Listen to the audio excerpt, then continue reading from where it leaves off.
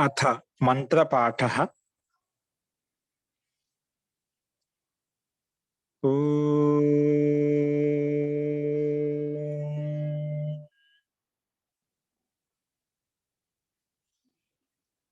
सहनाववतु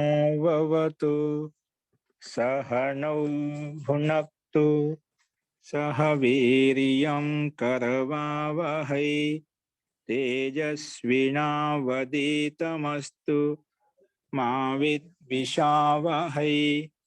ओम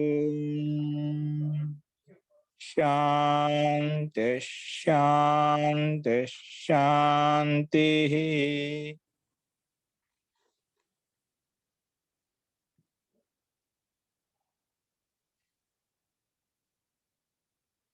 सर्वेभ्यो नमः। अंदरिकी नमस्कारम अंडी। నిన్న చెప్పిన పాటలో ఏదైనా సందేహాలు ఉన్నాయండి?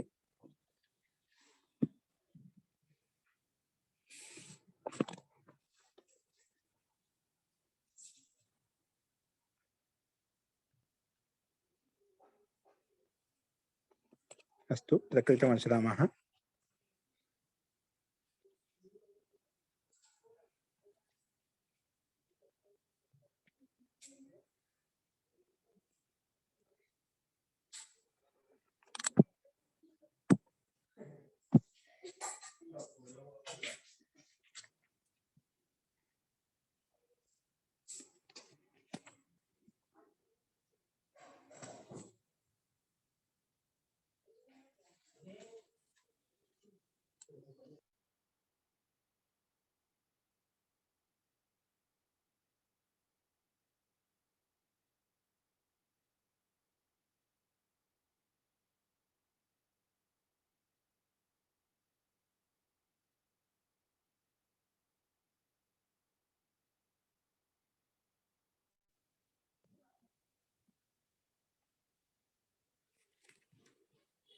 अस्तु प्रकृतवंशरामः।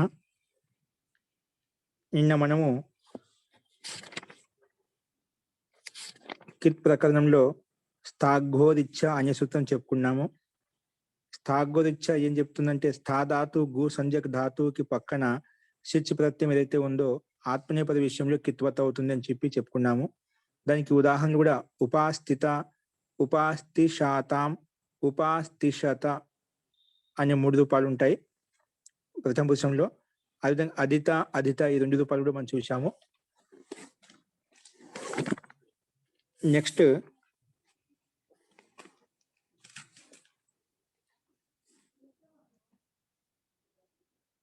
నక్త్వా సెట్ అనే సూత్రం కూడా మనం చెప్పుకున్నాము.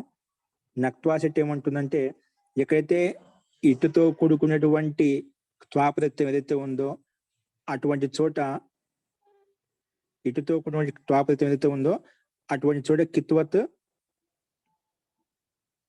త్వా ప్రత్యయం కిత్వత్ కాదని చెప్పి నిషేధించింది. ఇటా సహ షెట్ అంటే ఇటుతో కూడుకున్నటువంటి త్వా ప్రత్యయం ఏదైతే ఉందో అది కిత్వత్ కాదు అని చెప్పి నిషేధించింది. షెట్ త్వా ప్రత్యయ కిత్ నా భవతి. దానికి ఉదాహరణ దేవిత్వ, వర్తిత్వ, వర్ధిత్వ అనే 3 ఉదాహరణ చెప్పుకున్నాము త్వా ప్రత్యయానికి. ఇది కూడా మీకు స్పష్టంగానే ఉంది. ఇక్కడ మనకు దివ్ ఇట్ త్వ, ఇక్కడ త్వా ప్రత్యయానికి ఆర్ధధాతుకం పేరు పెట్టుకున్న తర్వాత ఇట్ట ఆగమం అవుతుంది. అటు ఇట్ట ఆగమం అయిపోయిన తర్వాత మన ప్రకృతి సూత్రం వచ్చేసి కిత్వత్ కాదు చెప్పి నిషేధించింది. అందుకే మనకు ఇక్కడ కిత్వత్ కాదని చెప్పింది కాబట్టి పుగంత లఘు పదస్య అనే సూత్రం వచ్చేసి లఘు పద గుణం చేస్తే దేవిత్వ, వర్తిత్వ, వర్ధిత్వ అనే రూపాలు మనకు సిద్ధించాయండి. ఈ రకంగా మనం చూసాము. నెక్స్ట్ ఇదే క్రమంలోనే చూడండి, సీంగ్ నిష్ఠ, సీంగ్ స్విది, మిది క్షిది, దృశ ఈ సూత్రం వచ్చింది 19వ సూత్రము. నిష్ఠ, షీంగ్, స్విది, మిది, క్షిది, దృశ అనే సూత్రం వచ్చేసింది ఇక్కడ. ఇదేమంటూ చూడండి పద విభాగం చూడండి. నిష్ఠ ప్రథమ విభక్తి ఏకవచనము, తర్వాత షీంగ్, స్విది, మిది, క్షిది, దృశ, దృశ.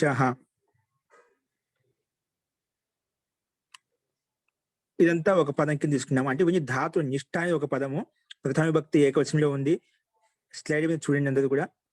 షీంగ్, స్విది, మిది, క్షిది, దృశ ఇవన్నీ ధాతులు అనమాట. ఇవన్నీ ధాతులు కలిపి ఒక పదంగా పెట్టుకున్నామట. కానీ ఇవన్నీ పదములు ఏమున్నాయి పంచమ విభక్తి ఏకవచనంలో. అంటే సమస్త పదం అన్ని పదం కలిపి ఒక పదంగా రాసాము. అది పంచమ విభక్తి ఏకవచనంలో పెట్టుకున్నామట. ఎందుకంటే పంచమ విభక్తి అని పేరు పెట్టినట్టు ఈ ధాతుకి పక్కన నిష్ఠాప్రత్యయం ఏదైతే ఉందో దాంట్లో మనం పని చేసుకోబోతున్నాం. అందుకే పంచమ విభక్తిలో ఉందన్నమాట. కాబట్టి ఇప్పుడు దీని అర్థం ఏమవుతుంది చూద్దామండి. సింగ్, స్విది, మిది, క్షిది, దృశ ఇది పంచమ విభక్తి ఏకవచనం చెప్పుకున్నాము. ఇప్పుడు ఈ సమాసాన్ని ఈ సమస్త పదాన్ని ఇంకా విగ్రహవాక్యం సమాసంలో విగ్రహ వాక్యం ద్వారా మనం భిన్న భిన్నంగా చెప్పుకుంటున్నాము. చూడండి సమాస అని చెప్పి షీంగ్ చ, స్విదిశ్చ, మిదిశ్చ, షీంగ్ చ, స్విదిశ్చ, మిదిశ్చ మొత్తం కలిపి క్షిదిశ్చ, ధృతిశ్చ. షీంగ్ చ, స్విదిశ్చ, మిదిశ్చ, క్షిదిశ్చ. నెక్స్ట్ దృశ్య ధాతు దృత్య దృత్య ధాతుకు దృశ్య అయిపోయింది. దృత్య ఇజ్ ఈక్వల్ టు షీంగ్, స్విది, మిది, క్షిది, దృశ అనే రూపం వచ్చేస్తుంది అన్నమాట. ఇది సమాసము. ఆ సమాసం విగ్రహవాక్యం ఈ రకంగా చెప్పుకుంటాము. ముందు ఈ సమస్త పదంలో ఉన్నటువంటి ధాతులు భిన్న భిన్నంగా చెప్పుకున్నాము. షీంగ్ చ, స్విదిశ్చ, మిదిశ్చ, క్షిదిశ్చ. దృశ అంటే దృత్య ధాతు.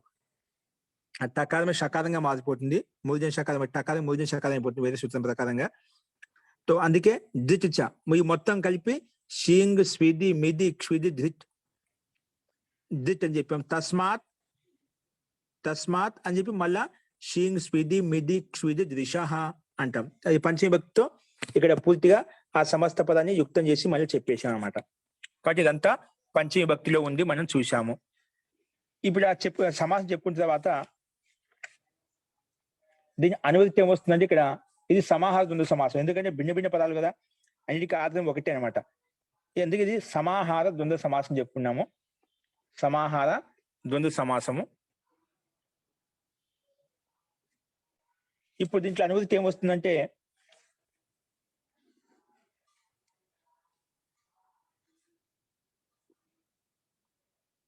నాకి అనువృత్తి వస్తుంది, అదేవిధంగా షట్టుకి అనువృత్తి వస్తుంది, అదేవిధంగా కిత్తికి అనువృత్తి వస్తుంది అన్నమాట. నాకి, షట్టుకి, కిత్తికి. నక్త్వా షట్ నుంచి షట్టుకి, అక్కడి నుంచి నక్త్వా షట్ నుంచి నాకు కూడా అనువృత్తి వస్తుంది. కిత్తికి పైనుంచి అసంయోగ లిటికిత్ నుంచి కిత్తికి అనువృత్తి వస్తుంది మనకు. ఇవి అనువృత్తి వస్తున్నాయి. ఇప్పుడు చూడండి అర్థం చూడండి ఎలా అనేది. అర్థ చూసుకునే పైన షీంగ్ స్వప్నే, ఇది ధాతులకు అర్థం కూడా ఇచ్చాడు. షీంగ్ ధాతు ఏ అర్థం ఉంది? స్వప్నే. ఇది అదాదిగణం అంట. అదాదిగణంలో ఉంది, ఆత్మనేపదంలో ఉంది. అదాదిగణంలో ధాతువు ఇది ఆత్మనేపద ధాతు. ఏ ధాతు ఇది? ఆత్మనేపద ధాతు. అంటే ఆత్మనేపదంలో దీని యొక్క రూపం నడుస్తుంది, పరస్మ పదంలో రూపం ఉండదు. ఓకే. తో షీంగ్ స్వప్నే. స్వప్నే అంటే షీంగ్ స్వప్నే అంటే నిద్రపోయే అర్థంలో. షీంగ్ ధాతు నిద్రపోయే అర్థంలో ఉందన్నమాట ఇక్కడ. అందుకే షీంగ్ స్వప్నే. లేదా స్వప్నార్థంలో ఉంది, అంటే నిద్రపోయే అర్థంలో ఉంది. లేదా స్వప్నార్థంలో వస్తుంది, కళలు అంటాం కదా, అలాంటి అర్థంలో తీసుకుంటాము. నెక్స్ట్ ఈ శ్విద స్నేహన మోచనయోహు. ఈ శ్విద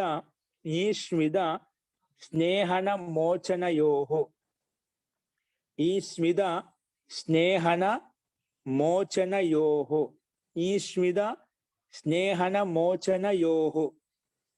ఇవి అనమాట. ఇది ఈశ్విద ధాతు. స్నేహన మోచనయోహు అనేది దీని యొక్క మీనింగ్. స్నేహార్థంలో, మోచనార్థంలో ఈ ధాతు ఇచ్చానమాట. ఇది ఎక్కడుంది? ఇది భువాది గణంలో ఉంది. ఇంకా ఆత్మనేపద ధాతు. ఏ ధాతు అనేది? ఆత్మనే పదం యొక్క ధాతు ఇది. ఈ స్విద స్నేహన మోచనయోహు ఇలాంటి అర్థంలో ఉంది ఇది. నెక్స్ట్ ఇమిద స్నేహనే, ఇది స్నేహ అర్థంలో. అక్కడ స్నేహనము మోచనం అంటే ఈశ్విద అంటే స్నేహం ఉంటుంది, మోచనం అంటే వియోగం, సంయోగం ఉంటుంది, వియోగం ఉంటుంది. స్నేహనం మోచనయోహు అన్నప్పుడు ఇక్కడ ఇమిద స్నేహ అనేది స్నేహార్థంలో మాత్రమే ఉందన్నమాట. ఇమిద స్నేహనే ఇది దివాదిగణం యొక్క ధాతు. ఇది పరస్మయ ధాతు. ఇమిద ధాతు ఏంటి? దివాదిగణంలో ఉంది. పా అంటే పరస్మయ పదం అని అర్థం చేసుకోవాలి. ఇమిద స్నేహనే, స్నేహనే దాని యొక్క మీనింగ్. తర్వాత ధాతు ఈ దృశ ప్రాగల్భే. ఈ దృశ ప్రాగల్భే.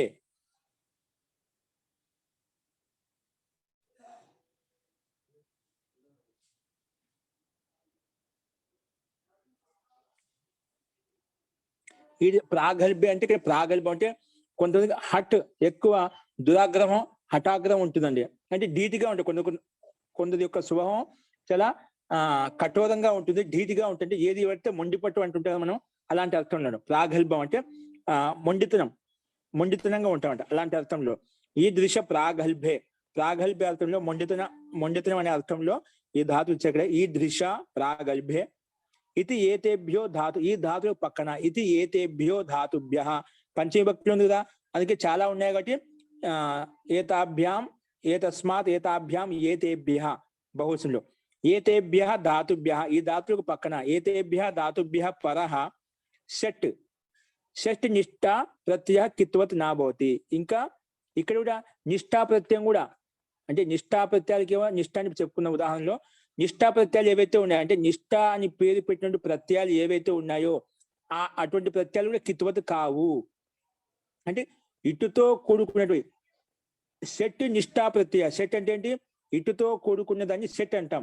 ఎక్కడైతే ఏ ప్రత్యయానికి అయితే సెట్ ఇటు వచ్చిందో దాన్ని సెట్ ప్రత్యయం అంటాం. ఇక్కడ సెట్ అంటే ఇటుతో కూడుకున్న ప్రత్యయం నిష్ఠా ప్రత్యయం అంటాం.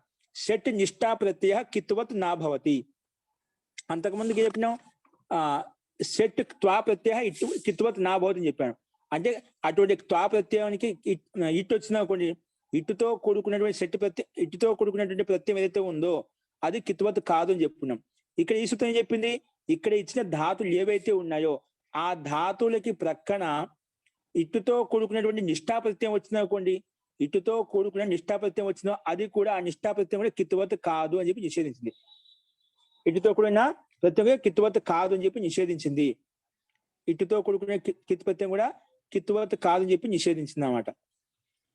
ఓకే, ఇది సూత్రం యొక్క అర్థం. అంటే ఈ ధాతువులకు ఇక్కడ ఇచ్చిన సూత్రంలో ఇచ్చిన ధాతువులు ఏవైతే ఉన్నాయో ఆ ధాతువులకు ప్రక్కన ఉన్నటువంటి ఇటుతో కూడుకున్నటువంటి ఇటుతో కూడుకునే షట్ ప్రత్యయం ఏదైతే ఉందో, అంటే ఇటుతో కూడుకునే ఇటునే సెట్ అంటాము. ఇటుతో కూడుకున్నటువంటి నిష్ఠా ప్రత్యయం ఏదైతే ఉందో ఆ నిష్ఠా ప్రత్యయం కిత్వత్ కాదు చెప్పి నిషేధించండి. ఇది ముఖ్యమైన తాత్పర్యము ఈ సూత్రం యొక్క. ఇది మన ఉదాహరణ చూద్దామండి. ఏంటంటే ఉదాహరణ కింద ఇచ్చారు చూడండి. శయిత శయితవాన్, ఇవి నిష్ఠా ప్రత్యయం. అంటే తాక్ తవతు నిష్ఠా సంధి. క్తవతు నిష్ఠ, క్తవతు నిష్ఠ. క్తా ప్రత్యయానికి తవతు ప్రత్యయానికి నిష్ఠ అని పేరు. ఈ రెండు ప్రత్యయాలకు నిష్ఠ అని ఒక పేరు పెట్టాం. ఏంటండి? ఈ రెండు ప్రత్యయాలకు నిష్ఠ అని పేరు పెట్టాం అనమాట. ఈ రెండులో తవతులో మనకు ప్రత్యక్షంగా కకారం కనిపిస్తుంది. అంటే ఆల్రెడీ కకారం ఉంది, ఆల్రెడీ కకారం ఇత్ చేస్తామన్నమాట. అంటే కిత్ ప్రత్యయం ఇది. తా ప్రత్యయము తవతు ప్రత్యయం రెండు ప్రత్యయాలు ఉన్నాయి. ఈ రెండు ప్రత్యయాలకు నిష్ఠ అని పేరు పెట్టాము. ఈ నిష్ఠా ప్రత్యయాలు కిత్తుతో యుక్తమైనటువంటివే. అంటే కిత్తు ఉంది ఆల్రెడీ, దీంట్లో ముందు నుంచే ఉంది. అంటే అటువంటి కిత్ ప్రత్యయానికి సూత్రం చేసింది. ఒకవేళ ఈ తా ప్రత్యయానికి తవతు ప్రత్యయానికి ఇటు తెచ్చుకున్నాం అనుకోండి, ఇటుతో కూడుకునే నిష్ఠా ప్రత్యయం ఏదైతే ఉందో అది కిత్వత్ కాదు అని చెప్పి నిషేధించింది. ఈ ధాతులకు పక్కనే మాత్రమే, ఈ ధాతులకు ప్రక్కన ఎప్పుడు ఇటుతో కూడుకున్నటువంటి నిష్ఠా ప్రత్యయం ఎప్పుడు వచ్చినా అది కిత్వత్ ఉన్నప్పుడు కూడా ఇది కాదు అని నిషేధించింది. కేవలం కార్యసిద్ధి కోసం. ఈ ధాతులకు పక్కలో ఉన్నప్పుడు మాత్రమే, మిగిలిన చోట కాదు. ఇది సార్వత్రిక సిద్ధాంతం కాదు. ఈ ధాతులకు పక్కలో మాత్రమే ఇటుతో కూడుకునేటువంటి ప్రత్యయం ఏదైతే ఉందో, నిష్ఠా ప్రత్యయం ఏదైతే ఉందో ఆ ప్రత్యయము కిత్వత్ కాదు. కిత్వత్ ఉంది, ఇది కాదు అని చెప్పి నిషేధిస్తుంది. ఈ సందర్భంలో మటుకు కిత్వత్ లేటుగా భావించు అని చెప్పి నిషేధించింది అన్నమాట. అది కిత్తు ఉంది కాబట్టి నిషేధించాల్సి వచ్చింది అన్నమాట. రూపసిద్ధి కోసం, లక్ష్య సిద్ధి కోసం నిషేధించింది అన్నమాట. ఓకేనా? ఇది ముఖ్య తాత్పర్యం. అందుకే నిష్ఠ అంటే ఏమిటి? తవతు ప్రత్యయాలకు నిష్ఠాన్ని పేరు పెట్టాను, గుర్తుపెట్టుకొని. తా ప్రత్యయానికి తవతు ఈ రెండు ప్రత్యయాలకు నిష్ఠాన్ని మనం పేరు పెట్టుకున్నాము. ఓకేనా? సో ఇది ఈ సూత్రం యొక్క అభిప్రాయం చెప్పుకున్నాం. దానికి అనుగుణంగా ఇక్కడ ఉదాహరణ ఇచ్చారు చూడండి. శయితలో తా ప్రత్యయం. శయితలో ఈ మనకు ఈ కనిపిస్తుంది. శయితలు ఈ అంటే ఇటు ప్రత్యయం, ఇక్కడ తా ప్రత్యయం వస్తుంది. అంటే ఇటుతో కూడా తా ప్రత్యయానికి ఇది కిత్వత్ కాలేదు. కిత్వత్ కాలేదు కాబట్టి గుణం అయిపోయింది. ఈకి గుణము షే అయిపోయింది. మళ్ళీ ఏ చోయ వాయా ప్రకారంగా అయాదేశం అయిపోయి శయిత అని రూపం సిద్ధించిందన్నమాట. అలాగే శయితవాన్, అలాగే ప్రస్వేదితవాన్. అలాగే అంటే ఇక్కడ ఏ ధాతు ఆ ధాతుని తీసుకొని చెప్పుకుంటాం అండి. ప్రమేదితవాన్, ప్రక్ష్వేదితవాన్, ప్రదర్శిత ప్రదర్శితవాన్. ఈ రకంగా మనము ఈ ఉదాహరణ చెప్పుకున్నాం. అంటే ఒక తాపత్యము ఒక తవతు ప్రత్యయం యొక్క రూపాలు రెండు ఇచ్చారు మనకి ఇక్కడ, తాపత్యానికి తవతు ప్రత్యయానికి. అలాగే ఇక్కడ ఏ ధాతులు అయితే ఉన్నాయో షింగ్ ధాతు, ఈశ్వర ధాతు, ఇమిదా ధాతు, ఈక్షు ధాతు, ఈ దిశ ధాతు, ఈ 5 ధాతులకు తా ప్రత్యయం వచ్చినప్పుడు ఎలా ఉంటుంది, తవతు ప్రత్యయం వచ్చినప్పుడు ఎలా ఉంటుంది, రెండు చూసాం అనమాట. ఓకేనా. సో అందుకే అదేవిధంగా ఇక్కడ రూపాలు ఇచ్చారు. సో ఒక రూపం మళ్ళీ చెప్తాను. శయిత అంటే శయిత భూతకాల ప్రత్యయం కదా, నిష్ఠ అని భూతకాల ప్రత్యయం.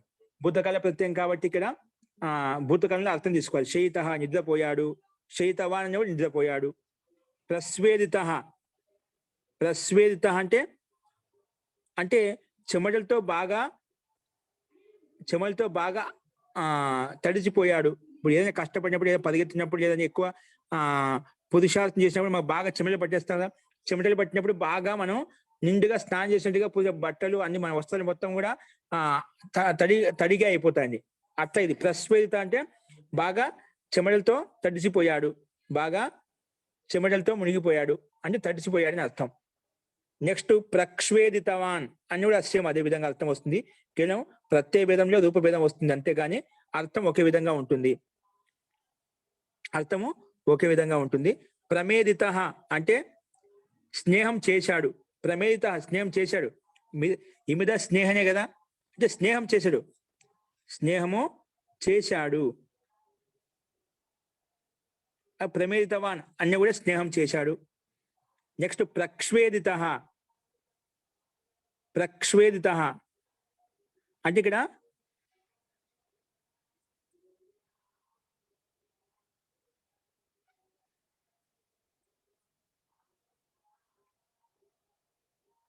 ప్రక్ష్వేదిత అంటే స్నేహం.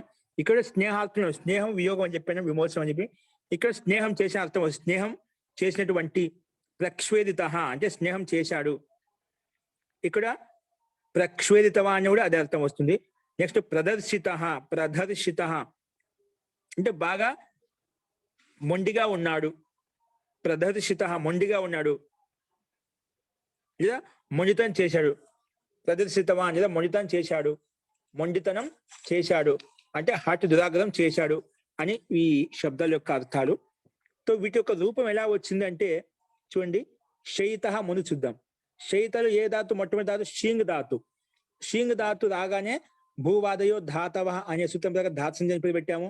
ధాతు సంధ్యని పేరు పెట్టిన తర్వాత ధాతులోని అనుబంధం లోపం ఉంటే అనుబంధ లోపం చేసుకుంటాం. ఏముంది అనుబంధ లోపం? షింగ్. షింగ్ లో గకారం ఉంది. గకారానికి హలంత్యం అనే సూత్రం ప్రకారం ఇత్ సంధ్య తస్యలోప అదర్శనలోప ప్రకారంగా లోపం చేసుకుంటాం. తస్యలోప అదర్శనం లోప ప్రకారం లోపం చేసేస్తాం.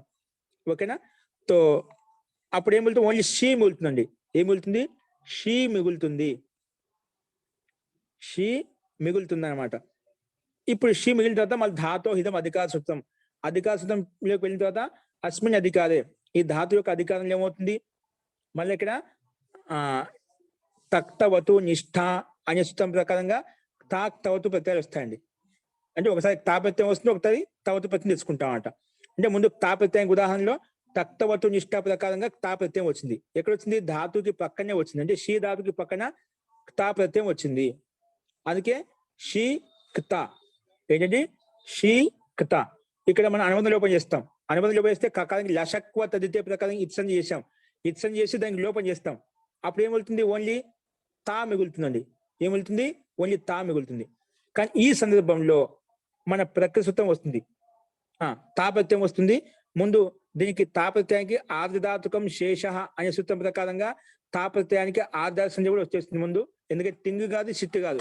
తింగు షిత్తు భిన్నమైంది కాబట్టి తింగు షిత్తు భిన్న ప్రత్యయ ఆర్ధధాతుకం శేష అనే సూత్రం ప్రకారంగా ఈ దీనికి తా ప్రత్యయం అనేది ఆర్ధధాతుకం అని పేరు పెట్టబడుతుంది. ఏం పేరు పెడుతుంది?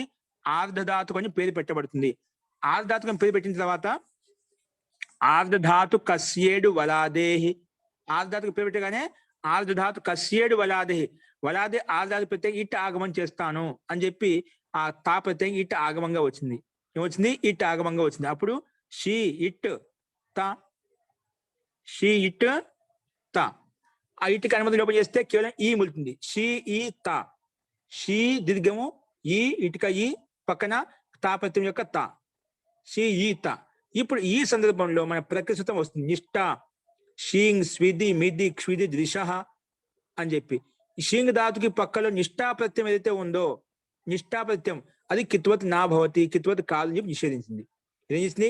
ఇట్టు రాగానే షీంగ్ ధాతుకి పక్కలో ఇట్టుతో కూడుకున్న తా ప్రత్యయం ఏదైతే ఉందో అది కిత్వత్ కాదు అని చెప్పి నిషేధించింది. అది కిత్వత్ ఉంది, ఇది ఉన్నదాన్ని ఇది వద్దు అని చెప్పి నిషేధించినవాట. ఇష్టసిద్ధి కోసము నిషేధించాల్సి వచ్చినవాట. అందుకే కిత్వత్ కాదని చెప్పి మన ప్రకృతి శృతం నిషేధించింది కాబట్టి మళ్ళీ పుగంత సార్వధాతుక ఆర్ధధాతుకయో అనే సూత్రం ప్రకారం గుణం అయిపోయిందండి. ఒకవేళ నిషేధించకపోయింది అనుకోండి, కింగ్ ఇటిచ అనే సూత్రం ప్రకారంగా ఈ సూత్రం ప్రకారం గుణం చేసుకోబోతుంటే అది కింగ్ ఇటిచ వచ్చి నిషేధించేది. కానీ ఇది ఏం చేసింది? కిత్వత్ నా భవతి అని చెప్పిందన్నమాట. నిష్ఠా సింగ్ స్విది మిది క్షిది దృశ షీంగ్ ధాతుకి పక్కన ఉన్నటువంటి నిష్ఠా ప్రత్యయం ఏదైతే ఉందో అది కిత్వత్ కాదు అని చెప్పి నిషేధించబడింది. ఓకేనా? కిత్వత్ కాదు అని చెప్పి నిషేధించబడేది, కింగ్ ఇచ్చే వచ్చేసి. కానీ కిత్వత్ కాదు అని చెప్పినాం కాబట్టి సమస్య లేదు. ఇంకా కిత్వత్ కాదు అని చెప్పాం కాబట్టి కిత్తు లేదు కాబట్టి సహజంగానే సార్వధాతుక ఆర్ధధాతుక యోహ అనే సూత్రం ప్రకారం ఆర్ధధాతుకం పక్కన ఉంటే దీర్ఘీకారానికి గుణం చేస్తామట. ఏమవుతుంది? దీర్ఘీకారం గుణం చేస్తే ఏ అయిపోతుంది. షీంగ్ లో ఉండే ఈ దీర్ఘీకారం ఏ అయిపోతుంది, షే అయిపోతుంది. ఏమవుతుంది? షే తర్వాత ఇటుక ఈ తర్వాత తాపత్యం యొక్క తకాలం యొక్క తా షే ఈ తా. ఇక్కడ మళ్ళా ఈ సందర్భంలో ఏ చోయ వాయావహ అనే సూత్రం వచ్చేసి ఏ స్థానంలో ఐ చేస్తుంది, ఎకార స్థానంలో ఐ ఆదేశం చేస్తుంది అన్నమాట. అప్పుడు షే స్థానం అంటే షకారంలో ఉండే ఏ కారానికి మాత్రమే ఐ చేస్తుంది, షకారంలో ఉండే ఏ కారానికి మాత్రమే ఐ చేస్తుంది. అప్పుడు షై అయిపోయింది అన్నమాట. ఏమైపోయింది? ఏమైపోయింది? ఐ చేస్తే షై అయిపోయింది. షైలో ఐ ఈ అకారం హలంతం కాబట్టి పక్కన ఇటుక ఈ దీంట్లో కలుస్తుంది అన్నమాట, యాద కలుస్తుంది. అప్పుడు షయిత అయిపోయింది. షయిత మళ్ళా సూర్యుకొని విసర్గం చేసుకుంటే షయిత అనే రూపం సిద్ధిస్తుంది అన్నమాట. షయిత అర్థమైందా? అదే విధంగా తాపత్యం తెచ్చుకున్నా కాబట్టి షయిత అయిపోయింది. అదే తవతు ప్రత్యం తెచ్చుకున్న సేమ్ ప్రక్రియ ఇదే విధంగా ఉంటుంది. ఆ తవతుకి అనుబంధ లోపం చేస్తే ఏమవుతుంది? వత్తు మిగులుతుంది. ఏమిగులుతుంది? వత్తు మిగులుతుంది. వత్తు మిగిలిన తర్వాత అప్పుడు ఏమవుతుంది? షీ ఇటుక ఈ తవత్తు ప్రత్యయానికి అనుబంధం లోపం చేస్తే కకారానికి రసక్వదితే తవత్తులో ఉండే ఉకారానికి ఉపదేశ అజనాశక ఇత్ తస్లోప అదశలోప చేస్తే ఏమిగులుతుంది? తవత్ మిగులుతుంది. ఏమిగులుతుంది? తవత్ శేషంగా మిగులుతుందా? అప్పుడు ఏమవుతుంది? ఆ తవత్కి ఆర్ధధాతుక సంజయం పేరు పెట్టేస్తాం. ఆర్ధధాతుకం శేష ప్రకారంగా మళ్ళీ ఆర్ధధాతుకం పేరు పెట్టిన వెంటనే ఆర్ధధాతు కస్యేడు వలాదేహి అనే సూత్రం ప్రకారంగా ఇట్ ఆగమంగా వస్తుంది. ఏమొస్తుంది? ఇట్ ఆగమంగా వస్తుందన్నమాట. అప్పుడు షీ ఇట్ తవత్ ఇట్ కనమది లోపం షీ ఈ తవత్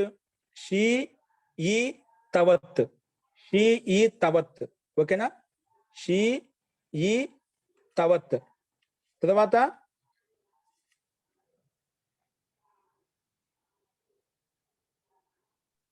ప్రకృతి సూత్రం వస్తుంది. ప్రకృతి సూత్రం వచ్చే వస్తుంది. షీంగ్ ధాతుకి పక్కలో ఉండే నిష్ఠా ప్రత్యయం కదా తవతు అనేది. తక్తవతు నిష్ఠా ప్రకారంగా దానికి నిష్ఠా సంజయం అన్నమాట.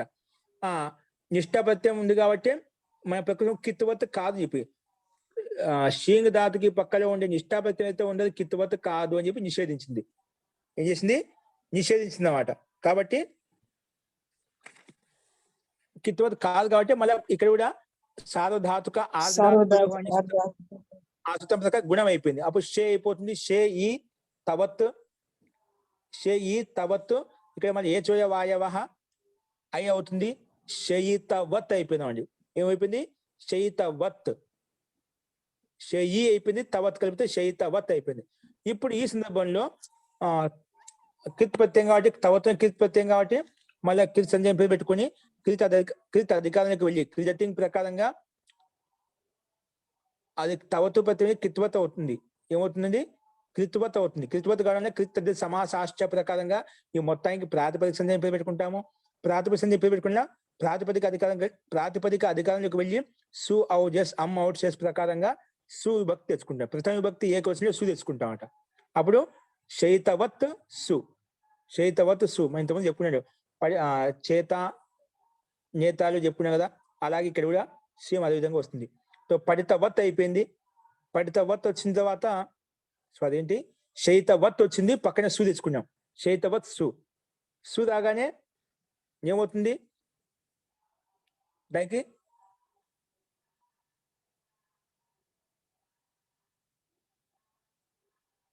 సురాగం చేస్తామంటే దానికి సర్వనామ సంధ్య వస్తుందా? శ్రీ సర్వనామస్థానంతో సర్వనామ సంధ్య రాదు. సుడే నపుంసకస్య తోటి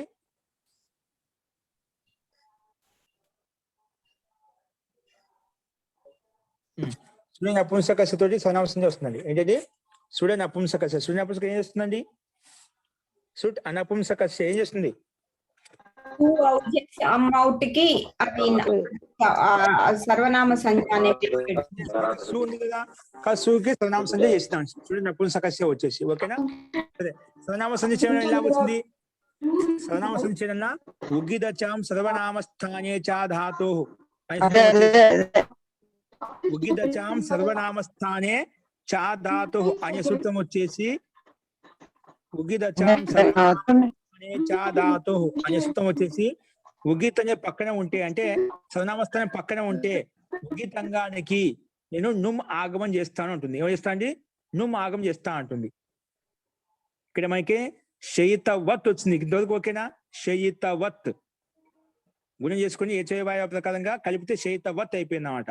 శయితవత్ సు. ఈ సందర్భంలో సుడే నపుంసకస్య అనే సూత్రం వచ్చేసి ఇక్కడ సర్వనామ సంధ్య అని పేరు పెట్టిన తర్వాత ఎవరికి? సుకి. అప్పుడు వెంటనే సర్వనామ సంధ్య పేరు పెట్టడం ఏం లాభం వచ్చింది? ఉగిదచాం సర్వనామస్థానే చ ధాతు అనే సూత్రం వచ్చేసి ఉగంత అంగానికి ఇది తవత్తులో ఉకానికి లోపం చేసామా, ఉపదేశ అజవినాశకిత్ అని చెప్పి, అందుకే ఉగిత అంగం అంటామట. కాబట్టి ఉగిదచాం సర్వనామస్థానే చ ధాతు అనే సూత్రం వచ్చేసి సర్వనామస్థానం పక్కన ఉంటే ఉగిత అంగానికి నేను నుమ్ ఆగమం చేస్తాను అని చెప్పింది.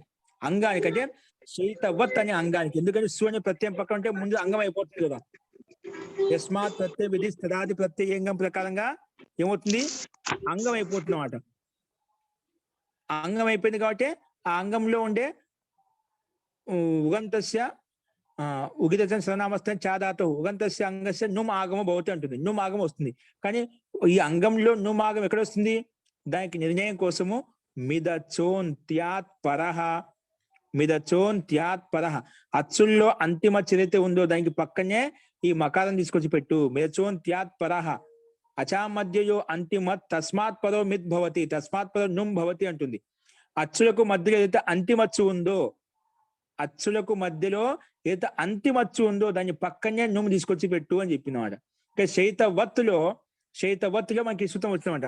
ఇక్కడ అంతిమచ్చు ఏంటండి? శైతవత్తులో అంతిమచ్చు ఏంటి? శైతవత్. మనకు శైతవత్ సు ఉంది. ఈ సందర్భంలో ఈ సూత్రం వచ్చేసి ఉగిదచాం సర్వనామస్థానే చ సంబుద్ధం అంటే ఉగిదచాం సర్వనామస్థానం చ ధాతు అని సూత్రం వచ్చి చెప్పింది.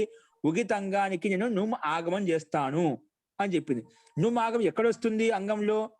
శైతవత్ మన దగ్గర అంగము షాకి వస్తుందా, ఈకి వస్తుందా, తాకి వస్తుందా, వాకి వస్తుంది, ఆగి వస్తుంది, మధ్యలో వస్తుంది, మధ్యలో అంతిమంలో వస్తుంది. ఎక్కడ వస్తుంది నుమాగం? దానికి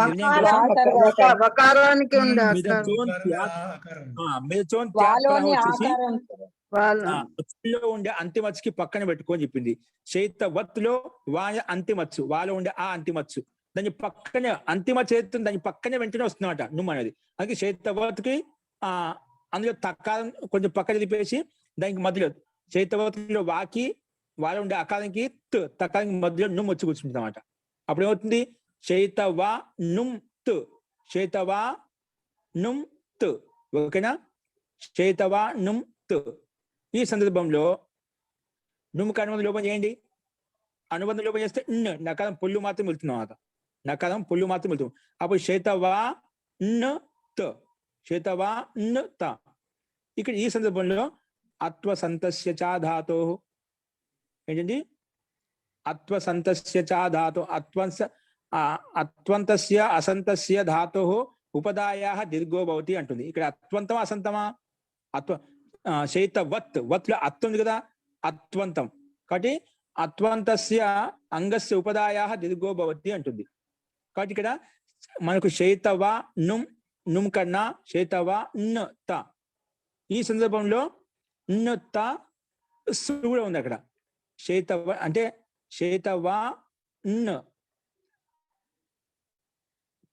శైతవ న్ త హలంతము పక్కన సు శైతవంత్ సు సుగా అనుబంధం చేస్తే సా మిగిలిందన్నమాట.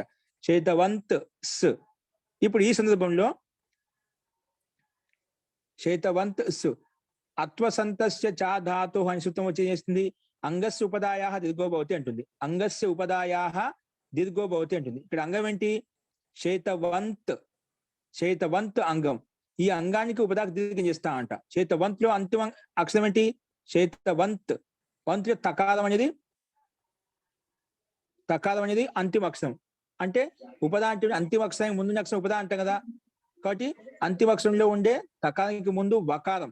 శైతవంతులో వంతులో వా ఉందిదా, ఆ వాలో ఉండే అకారానికి ఏమైపోతుంది? దీర్ఘం అయిపోతుంది అన్నమాట.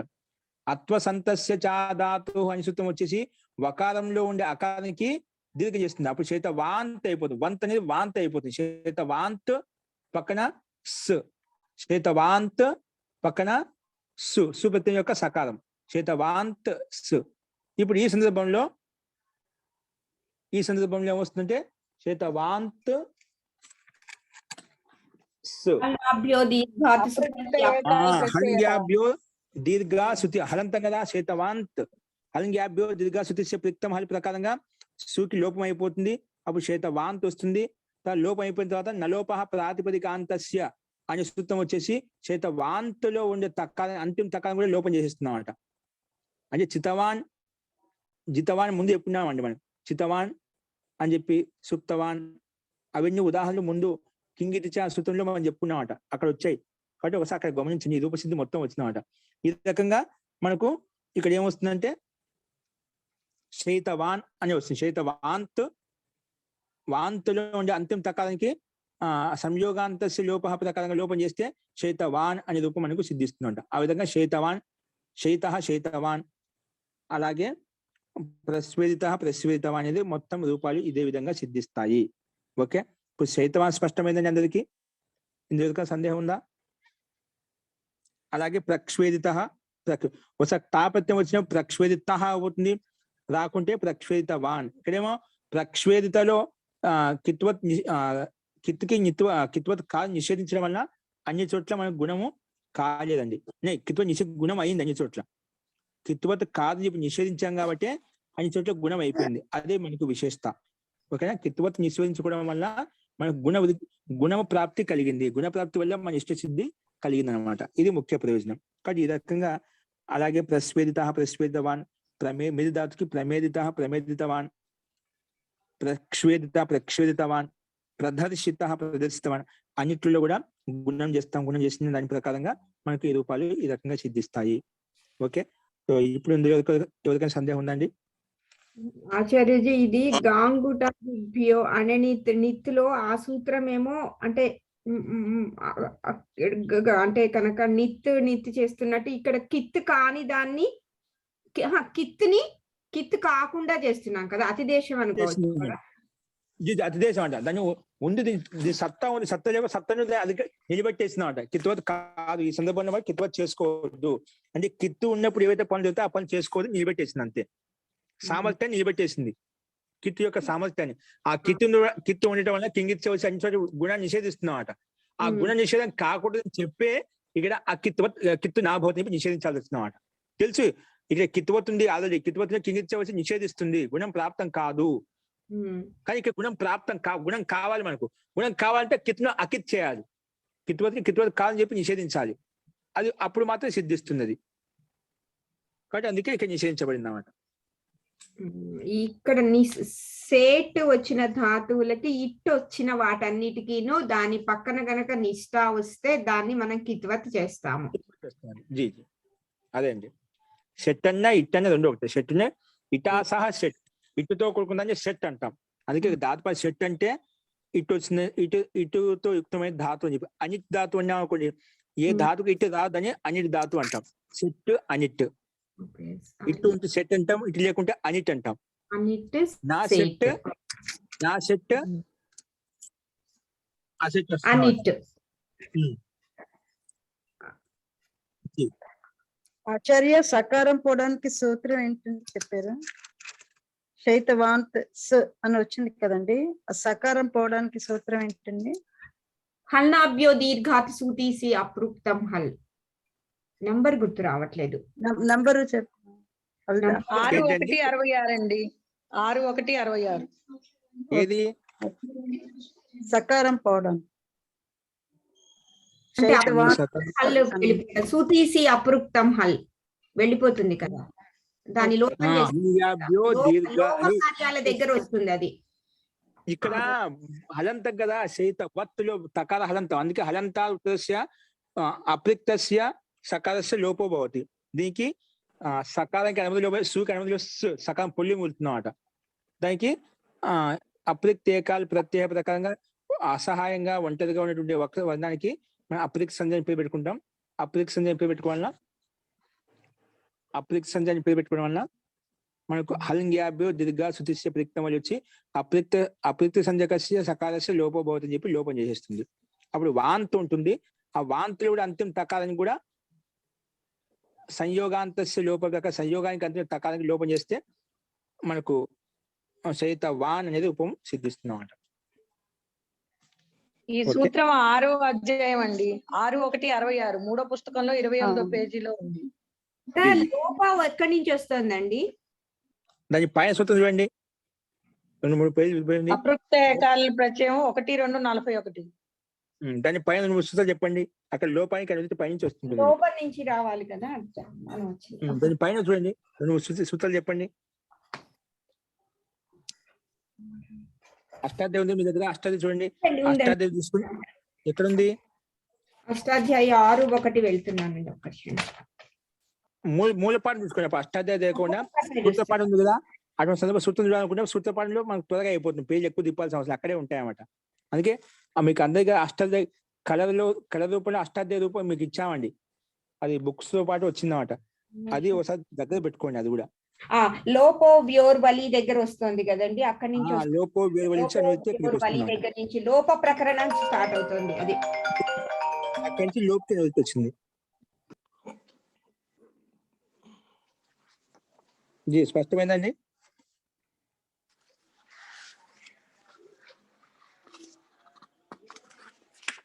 అలాగే సేమ్ ఇదే విధంగానే నెక్స్ట్ సూత్రం చూడండి.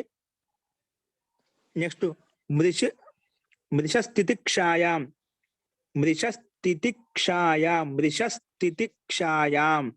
ఓకేనా? ఇక్కడ 2 విశిష్టమైన ధాతులు తీసుకున్నారు. ఏ ధాతు మహోదయ? ఇక్కడ ఈ సూత్రం ఒకసారి చెప్పరా? ఇది ఏదండి? అత్వంతస్య సాధాతోహో, ఇది ఒకసారి మళ్ళీ చెప్పండి. ఏ చెప్పాలి జయలక్ష్మి గారు? ఇదేనండి, అత్వంతస్య అత్వంతస్య ఛాధాతు ఉంటుంది. అసంతస్య అత్వంతస్య అంగస్య ఉపదాయా దీర్ఘో భవతి అంటుంది. అంటే ఏ అంగం అయితే అత్తు అంతిమంలో ఉందో, ఏ అంగానికి అయితే అస్ అంతిమంలో ఉందో అటువంటి అంగానికి అటువంటి అంగం అవుతుందో అటువంటి అంగంలో ఉపధాకి దీర్ఘం చేస్తా అంటుంది. ఇక్కడ మనకు అంగమే కదా, ఏంది? చిత్తవంత్ ఉంది. ఏముందండి? చిత్తవంత్ అంగం అంటే ఎందుకు? పక్కన సు ఉంది. సు పక్కన ఉంటే ముందు అంగం అయిపోతుందా? యస్మాత్ ప్రత్యయ విధి తదాది ప్రత్యయంగం ప్రకారంగా ప్రకారం ఏమవుతుంది? అది పక్కన ఉంటే అంగ సంజయ్ పేరు పెట్టబడుతుంది అన్నమాట. ఏం పేరు పెడుతుంది? అంగ సంజయ్ పేరు పెట్టబడుతుంది. అందుకే అంగం కాబట్టి అలాంటి అంగంలో అత్తు అంతిమంలో ఉంది. ఏముంది? అత్ అంతిమంలో ఉంది కదా, కాబట్టి అత్ అంతిమంలో ఉంది కాబట్టి అత్వంతం అన్నమాట. అలాంటి అత్వంత అంగానికి ఉపధాకి దీర్ఘం చేస్తా అంట. అత్తు ఉంది, అది అంగం కూడా ఉంది. అంటే అటువంటి అంగంలో ఉపధా ఏంటి? అలోంత్యాత్ పూర్వ ఉపదా, అంతిమ అలోంత్యాత్ పూర్వ ఉపద, అంతిమ వర్ణానికి ముందుండే వర్ణం ఉపద అంటాం. ఏం చెప్పాను? అలోంత్యాత్ పూర్వ, అంతిమ వర్ణానికి ముందుండే వర్ణం ఏంటి? ఇక్కడ అంతిమ తకారం. ఆ తకారం ముందుండేది వంత్ అంటే వకారం ఉంది. వకారం ఉందా? చిత్తవంత్ కదా, వంతులో వాలోని ఆకారం ఆచార్య. చిత్తవత్ అండి. ఇప్పుడు మనకి ఇంకా నుమ్ము కాలేదు కదా, నకారం అండి. ఆ చిత్తవత్తు ఉంది, చిత్తవత్తులోనే ముందు అంటే నుమ్ము రావడానికి ముందే చేసుకుంటామండి. నుమ్ము రావడానికి ముందే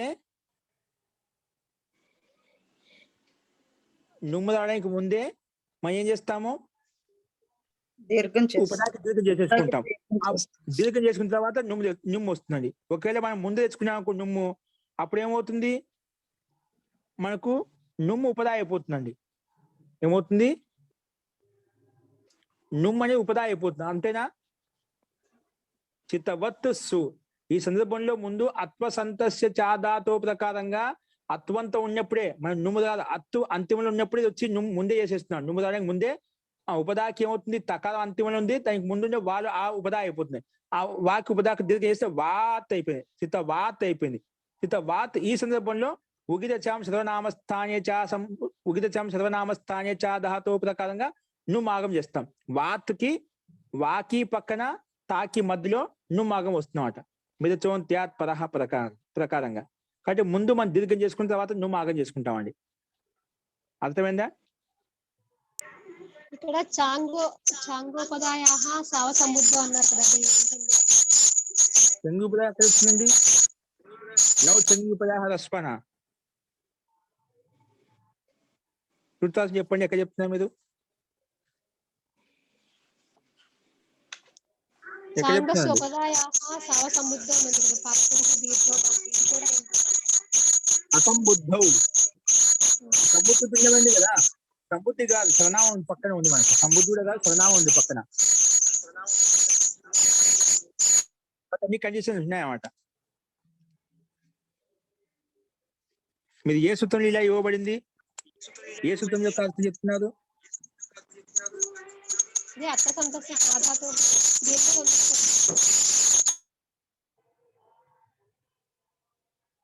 అత్వసంతస్య చాదాతో ఈ నుంచి ఈ సౌండ్ వస్తుందండి. అందుకే నేను మాటికి అది నేను మ్యూట్ లో పెడుతున్నాను. ఇది మాట్లాడినప్పుడు ఇది సౌండ్ వస్తుంది. తో అత్వసంతస్య చాదాతో ఒకసారి నిరుజ కాదు చదవండి. మీ దగ్గర ఉంటే జయలక్ష్మి గారు చదవండి, పుస్తకం ఉంటే చదవండి. శృతార్థం మొత్తం చెప్పండి.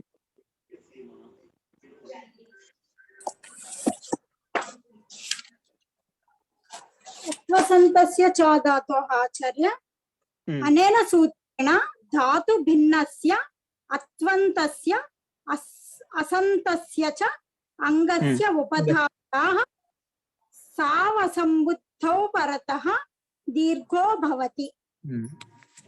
ఓకే, అదే అసంబుద్ధ చంగ అనకుండా అసంబుద్ధం అంటే సంబుద్ధి బిన్ను సు ఉంది కదా మనకు. సంబుద్ధి సు తీసుకురాలేదు, మాకు ప్రతిమ భక్తి ఏకొచ్చిన సు తీసుకొచ్చాం. అది సంబుద్ధి బిన్ను అంటే ఎందుకంటే అసౌ అంటే ఇక్కడ సు పక్కన ఉంటే, అంటే సంబుద్ధి బిన్న సు పక్కన ఉంటే, అటు సు పక్కన ఉన్నప్పుడు మనం ఉపదాకి దీర్ఘ చేసుకుంటాం. అదే అర్థం కదా ఇక్కడ. చంగు కాదు, అచా అసంబుద్ధి పరత అని చెప్పినాడు. సంబుద్ధి బిన్ను ఉండకూడదు, సంబుద్ధం ఉండకూడదు. అర్థమైందా? సంబోధన సూత్రం ప్రకారం సంబుద్ధి అని పేరు పెట్టుకుంటాం. అట్లా పేరు పెట్టుకోలేదు మనం. అందుకే సంబుద్ధిలో వచ్చిన సు కాదు, అంటే సంబుద్ధిలో సు వస్తుంది, సంబుద్ధి భిన్నమైన సు అనట. అందుకే అసంబుద్ధౌ, సంబుద్ధి కాదు అసంబుద్ధౌ పరత అంగస్సుపదాయ దీర్ఘో భవతి అంటుంది. ఓకేనా? స్పష్టమైందండి. అదే తాత్పర్యం అండి అక్కడ కూడా. ఓకేనా? అది సంధితో విగ్రహవాక్యం విడగొట్టుంటే మీకు అర్థం స్పష్టమవుతుంది. అసంబుద్ధౌ, సంబుద్ధి బిన్ను సు పక్కన ఉంటేనే. ఇక సంబుద్ధి కాదు అసంబుద్ధి. నా సంబుద్ధి అసంబుద్ధితో న్యాయ సమాసం చెప్పుకున్నాం. నా సంబుద్ధి అసంబుద్ధి, సంబుద్ధి భిన్నమైనటువంటి ఏదైతే ఉందో దాన్ని అసంబుద్ధి అంటాం. అంటే అటువంటి సంబుద్ధి బిన్ను సు పక్కన ఉంటిన ఉపదాకి దీర్ఘం చేస్తే చిత్తవాంత్, మళ్ళా నుమాగము, చిత్తవంత్, తకానికి లోపము, సూకి లోపం చేసుకుని చిత్తవాన్ అనే రూపం మనకు సిద్ధిస్తుంది అన్నమాట. శైతవాన్ స్మరి. చిత్తవానికి రూపం చూసినాం కదా, సేమ్ అదే విధంగా దీంట్లో ఏం మార్చాల్సిన అవసరం లేదు. చిత్తవానికి రూప సిద్ధి ఎలాగనో సేమ్ శైతవానికి రూపసిద్ధి కూడా అదే విధంగా ఉంటుంది. జీ చెప్పండి. ఇంకా సందేహం ఉందా?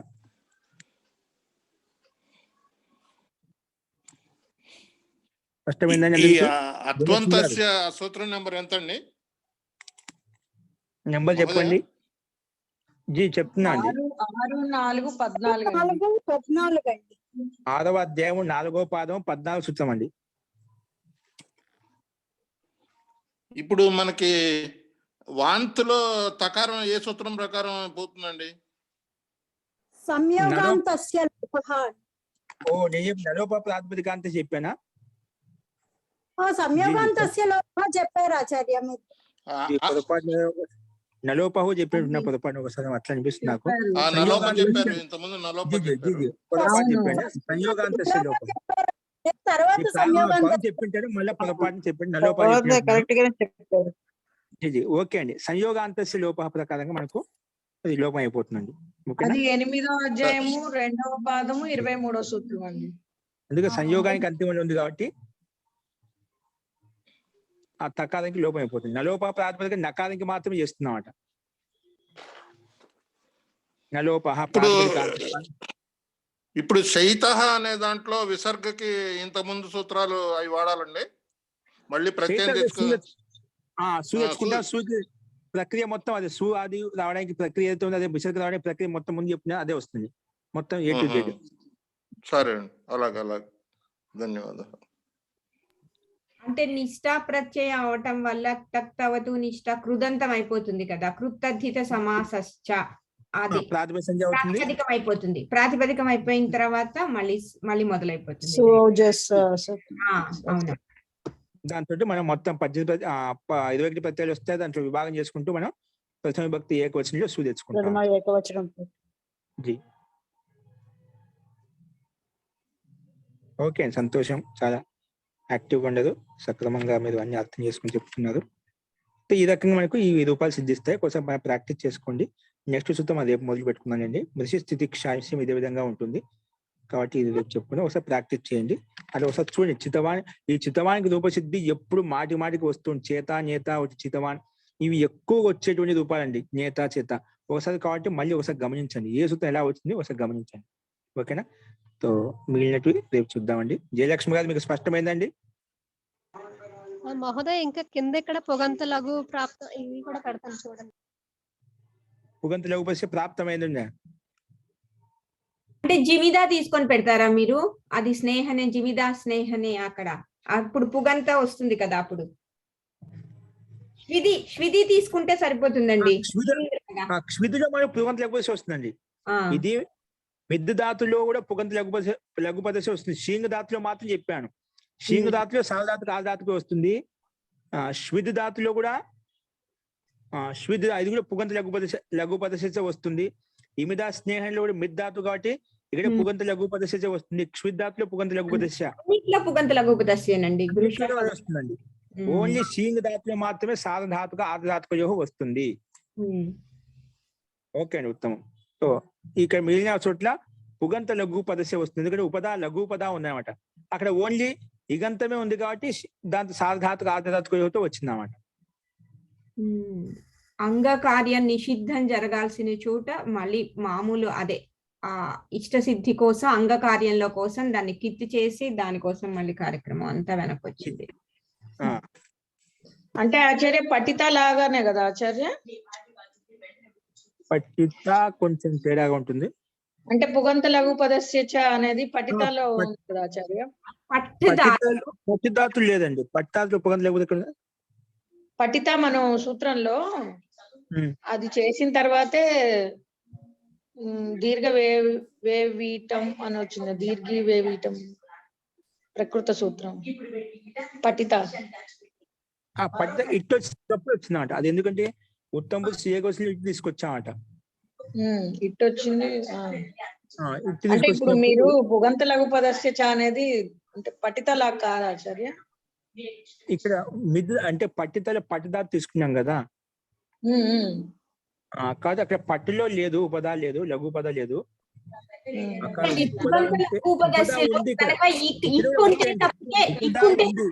రాదు కదా పట్టితలో కూడా వృద్ధి వస్తుందన్నమాట, గుణం రాదు.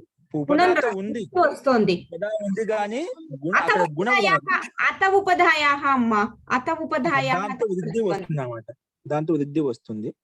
అంటే ఇక్కడ సార్వధాతుకే పరతః డాలోని ఆకి అని లఘు ఉపదాయాహ ఇగంతస్య అంగస్య గుణో భవతి అన్నారు. ఇగంతం లేదుగా అసలు అక్కడ. ఇగంతస్య అంగస్య ఇకారం అంతిమంలో ఉండాలి, దాన్ని ఇగంతం అంటాం. ఇక్కడ మనకి అకారాంత దూగాని అంతిమంలో ఉంటే ఇగంతం అంటాం. అవి లేవు కాబట్టి పుగంత వచ్చేసింది ఉపదాలో ఉండే లఘుకి అని చెప్తుంది. ఇది వేరే. అంటే మధ్యలో దకారం వ్యవధానంగా వస్తుంది, అంతిమం లేదు. ఉపదాలో ఉంది ఇక్కుంది, ఉపదాలో ఉంది అన్నమాట, అంతిమం లేదు. ఇప్పుడు సి దాంట్లో సి అనుమతిలో పోయి సి మిగింది, ఇది అంతిమ షాలో ఈ అనే అంతిమంలో ఉంది. దాని తర్వాత వ్యంజనం ఏం లేదు. దీంట్లో మిది ధాతులో ఉంది, శ్వితి ధాతులో ఉంది, క్షుది ధాతులో ఉంది, దిశ ధాతులో ఉంది. అక్కడ అలా లేదు, అందుకు ఉపదాలో ఉంది ఇక్ అనేది. అందుకు ఉపదాలో ఉన్నప్పుడు పుగంత లఘుపద చెప్పద కాదంగానే గుణం ప్రాప్తం అవుతుంది. ఓకేనా?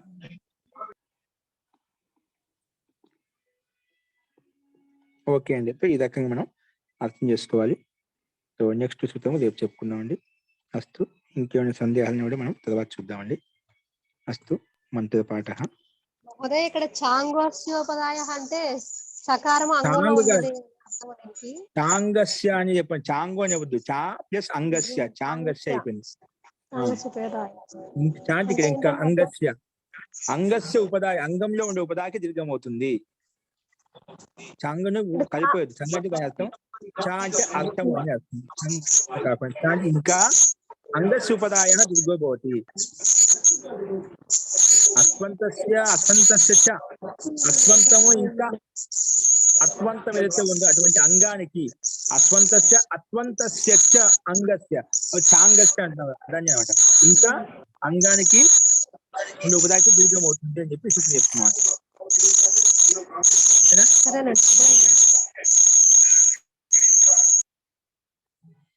ఓకే అండి, అస్తు, మంత్రపాఠ.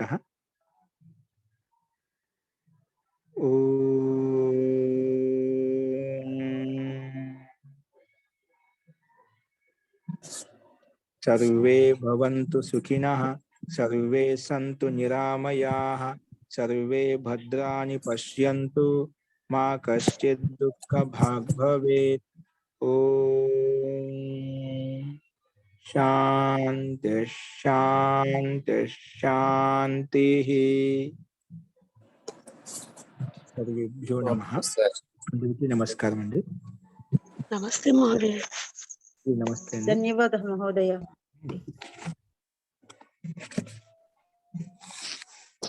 ఓం నమస్తే మహోదయ. నమస్తే ఆచార్య. నమస్తే మహోదయ. సర్వేభ్యో నమః. సర్వేషాం శుభరాత్రి.